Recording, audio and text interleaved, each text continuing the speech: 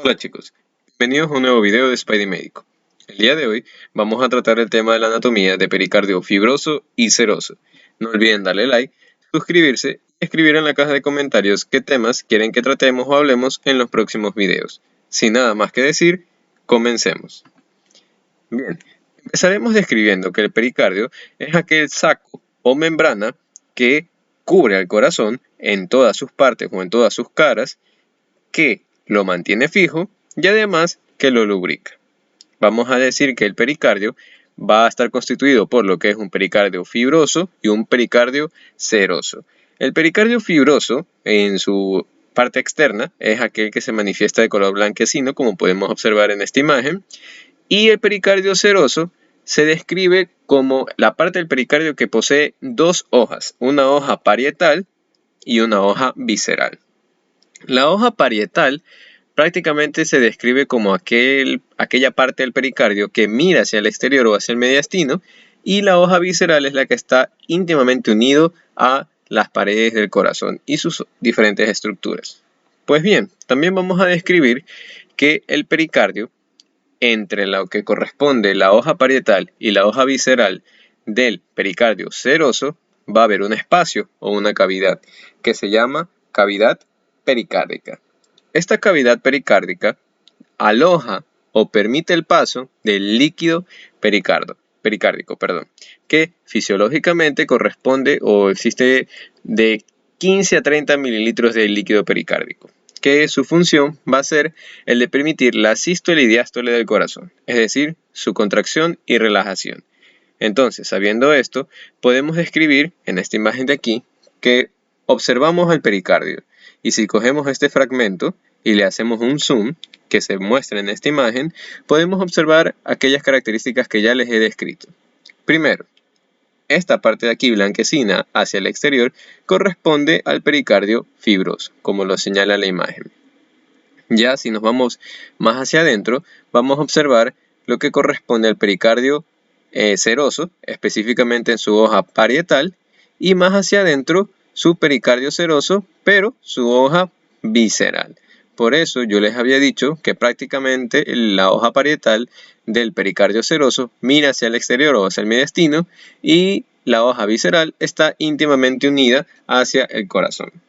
Incluso describimos que el pericardio seroso en su hoja parietal está íntimamente unido o fuertemente unido con el pericardio fibroso, a tal manera que es imposible o difícil separar una parte o una hoja de otra, es decir, el pericardio fibroso con la hoja parietal del pericardio seroso. Incluso si ya hablando correspondientemente de pericardio seroso, si vemos de su hoja parietal y continuamos el trayecto, vamos a ver que este se reflexiona o se proyecta, y es aquí cuando se manifiesta el pericardio seroso en su hoja visceral, que va a estar unida al miocardio, como lo describe la imagen, y posteriormente ya al endocardio. Entonces, sabiendo esto, vamos a describir las caras que posee el pericardio. Vamos a empezar describiendo la base del pericardio. La base del pericardio decimos que se encuentra fuertemente unida a lo que corresponde al diafragma, específicamente al foliolo anterior del centro tendinoso del diafragma, o también llamado el espejo de Van Helmont, ¿ya? Esta unión va a estar dada por unos ligamentos que posteriormente vamos a describir cuáles son y en dónde se encuentran, aunque bueno, a manera de spoiler vamos a decir que se encuentran obviamente en esta cara, en esta base, y por eso permite esta unión, pero la base del pericardio decimos incluso que va a permitir o va a estar unida más que nada a lo que corresponde la aurícula derecha, específicamente, que no se muestra en esta imagen, a la relación que posee con la vena cava inferior.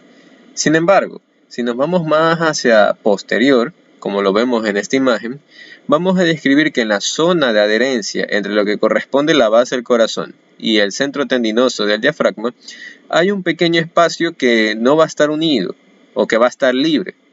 Y eso es un ángulo diedro que va a estar en esta zona, que se llama el espacio del portal. El espacio del portal prácticamente va a estar delimitado por lo que es el diafragma o el centro tendinoso del diafragma, el pericardio por arriba y el esófago por detrás. Entonces, eso correspondiente a la base. Ahora hablemos de la cara anterior y posterior.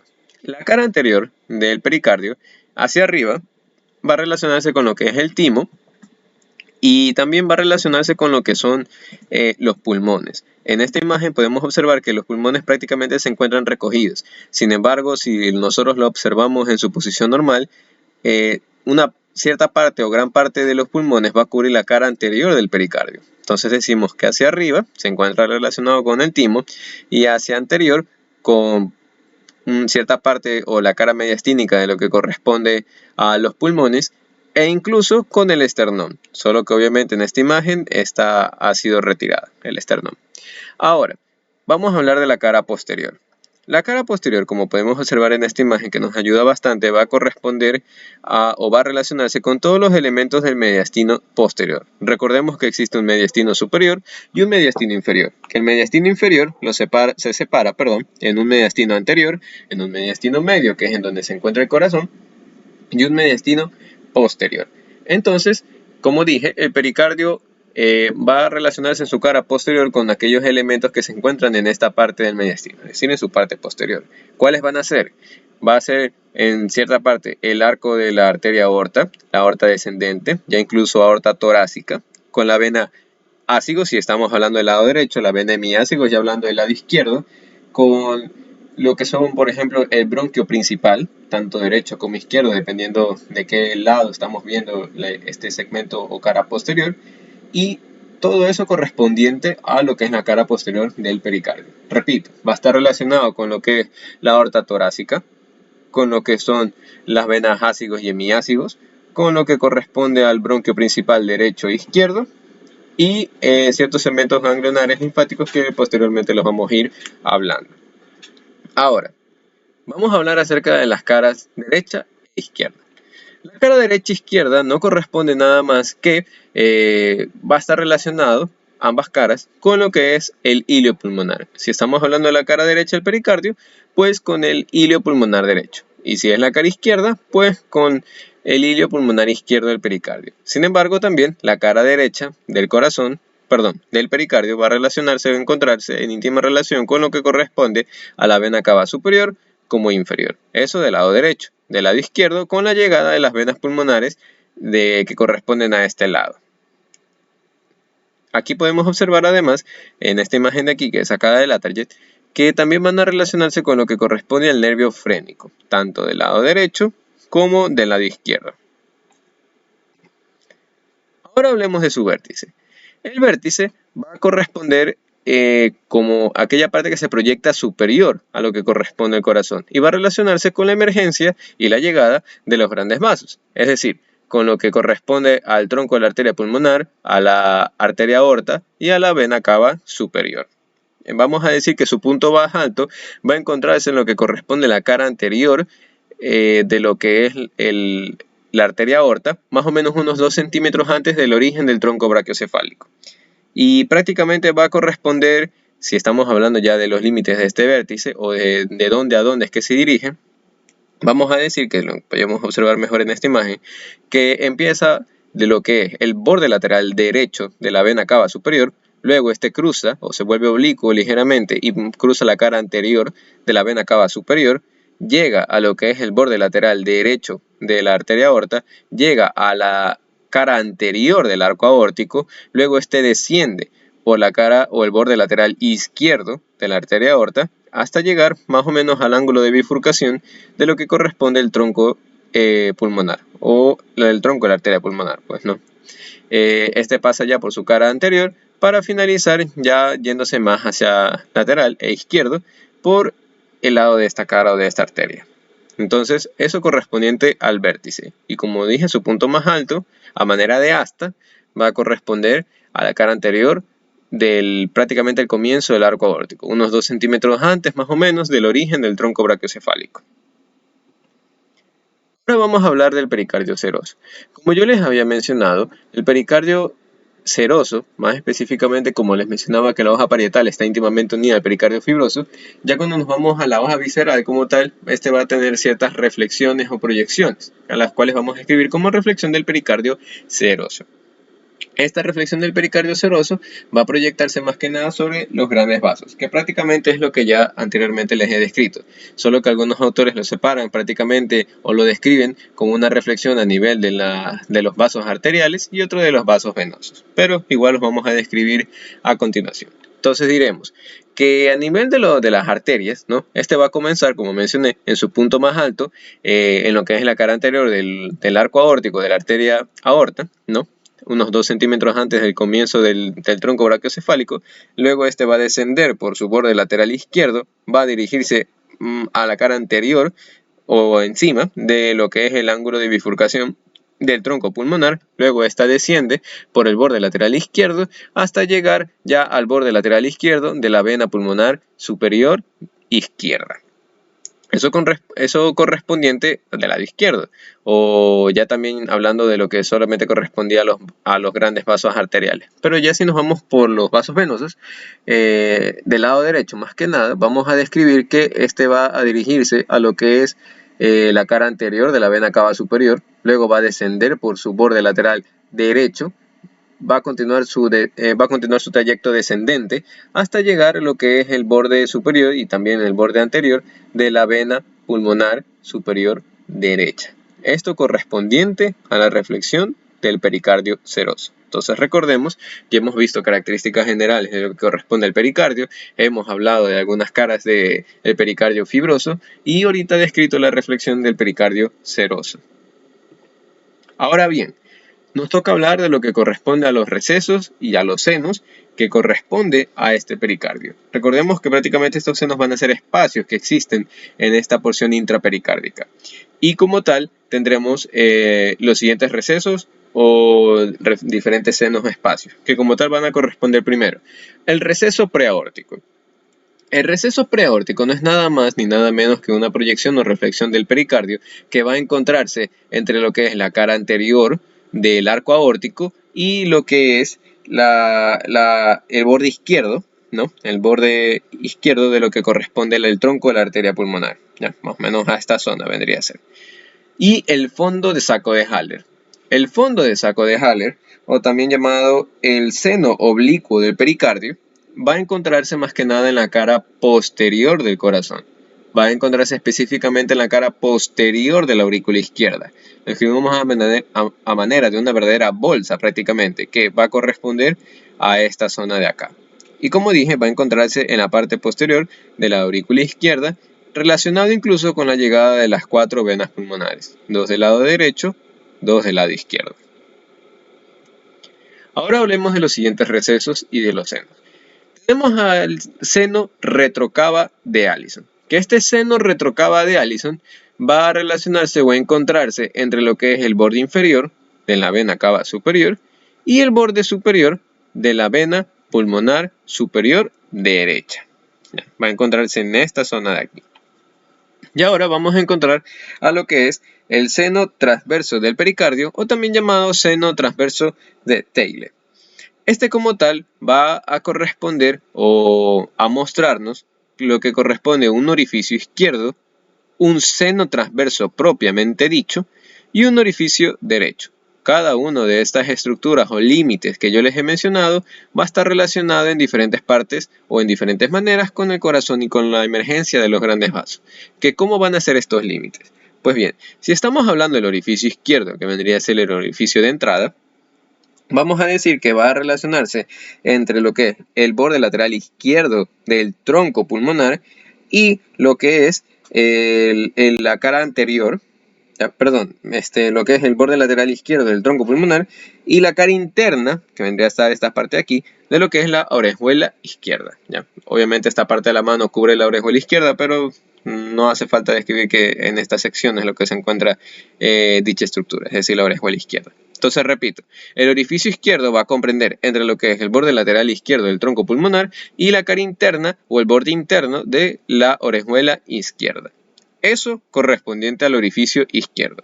Ahora hablemos del seno transverso propiamente dicho. Aquí vamos a describir diferentes estructuras y vamos a ir mencionándolas o viéndolas con la imagen poco a poco. Primero, vamos a encontrar que está comprendida por una pared posterior inferior, o sea, como el nombre lo dice, hacia atrás y hacia abajo, que va a estar constituido por lo que es la aurícula izquierda, más que nada. Vamos a tener además una pared posterior-superior que va a comprender lo que es la arteria pulmonar derecha, que este segmento ha sido cortado, pero sabemos que esta es la arteria pulmonar derecha. También va a estar comprendido por una pared anterior que va a estar constituido por lo que es el tronco pulmonar y la aorta ascendente, como lo podemos ver hacia acá, su pared anterior. Vamos viendo que prácticamente que vamos avanzando de estructura en estructura ya hasta llegar a terminar el orificio derecho. Pero bien, sigamos describiendo los límites del seno transverso propiamente dicho.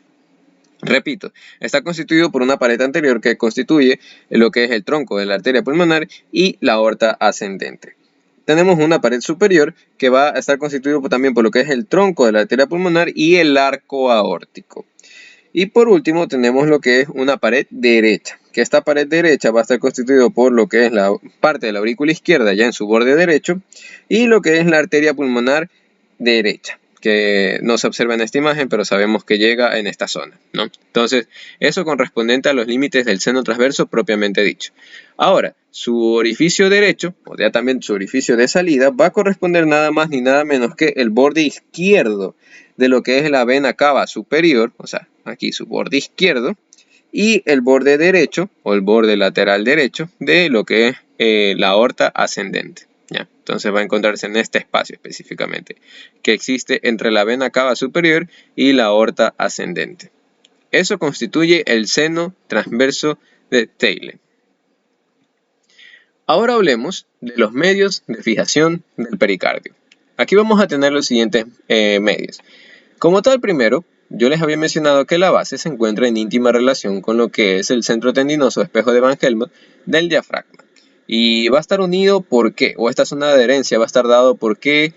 Ligamentos. Pues bien, por el ligamento freno pericárdico, que como tal va a estar constituido en un ligamento anterior y laterales. Este ligamento anterior es el que permite esta zona de adherencia entre la base del pericardio, no la base del corazón, y el centro tendinoso del diafragma. Entonces, aquí está, el ligamento frenopericárdico anterior. Y más hacia lateral encontramos los ligamentos laterales. También vamos a hablar de ligamentos vértebro-pericárdicos, que ya esto, como el nombre lo dice, está más relacionado con lo que fija las vértebras con el corazón o con el pericardio, pero vamos a describir específicamente un fascículo prácticamente anterior y uno posterior. Como tal, ambos van a empezar desde lo que es la hoja prevertebral de la fascia cervical inferior y va a dirigirse su fascículo anterior hacia lo que es el borde anterosuperior del corazón, perdón, del pericardio, y ya su fascículo posterior hacia lo que es el hilio pulmonar. Ahora, tenemos lo que son los esternopericárdicos, que como tal va a constituir uno superior y uno inferior, que va a dar lo que es, o va a unir lo que es el manubrio y el cuerpo del esternón prácticamente, con lo que es el borde lateral superior izquierdo del corazón. Y el inferior, lo que va a constituir la unión entre lo que es el esternón con el borde lateral inferior izquierdo del corazón. También describimos un ligamento que no se puede observar bien en esta imagen, que es el ligamento tiro-timo pericárdico, ¿ya? Que como tal va a unir prácticamente al timo con el pericardio, ¿no? Como su nombre lo indica. Y además que bien es cierto que este no es un medio de fijación, sin embargo en la target podemos encontrar que este está descrito de esta manera, que es una bolsa adiposa, ¿no? O un tejido adiposo que va a encontrarse cubriendo al corazón. Y esto como tal, perdón, cubriendo al pericardio. Y esto como tal también constituye uno de los medios de fijación según la target. Sin embargo, ya lo hemos mencionado en esta imagen. Ahora hablemos de lo que es la irrigación del pericardio. La irrigación y su drenaje venoso va a estar constituido de la siguiente manera. Primero, a nivel de lo que corresponde a las arterias. Decimos que el pericardio va a estar irrigado por lo que son las arterias torácicas internas, las arterias pericardiofrénicas, las arterias frénicas inferiores y las arterias bronquiales, perdón, lo que va a corresponder arteriolas, que van a corresponder como ramas de las arterias bronquiales, arterias esofágicas y las arterias mediastínicas. Eso por el lado de su irrigación o de lo que corresponde al lado de las arterias. Sin embargo, por el lado de su drenaje venoso, vamos a describir o los vamos a separar en un grupo de venas posteriores que van a ser tributarias de la vena ácigos y un grupo de venas laterales que va a constituir el drenaje venoso del pericardio. Y este grupo de venas todas van a drenar en las venas frénicas superiores, en la vénica frénica superior, ¿no? Ahora bien, hablemos de la inervación del pericardio. Este como tal va a tener una inervación simpática y parasimpática. La inervación simpática vamos a constituir que está dado por lo que son los nervios vagos, derecho e izquierdo, en cierto porcentaje por lo que son los nervios laringeos recurrentes, en este caso como podemos observar en la imagen a la altura del cuello, el nervio laringeo recurrente derecho, y por debajo de lo que es el arco aórtico, ¿no? El nervio laringeo recurrente izquierdo, que va a corresponder a este de acá. Entonces, repito, una inervación simpática de los nervios vagos, de los nervios laringeos recurrentes en cierto porcentaje, de lo que es el plexo esofágico, que se encuentra más hacia posterior, de lo que es el plexo cardíaco, y no me faltó ninguno más. Entonces eso correspondiente a la inervación simpática. Ya la inervación parasimpática va a estar dada por los nervios frénicos, tanto derecho como izquierdo. Entonces, repito, va a estar constituido por una inervación simpática, una inervación parasimpática. La inervación parasimpática va a estar por los nervios frénicos, que como dije, estos van a relacionarse incluso en los bordes o en las caras laterales derecha e izquierda del corazón.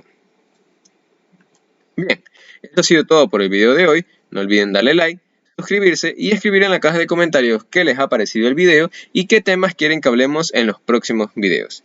Nos vemos hasta el próximo video. Hasta pronto.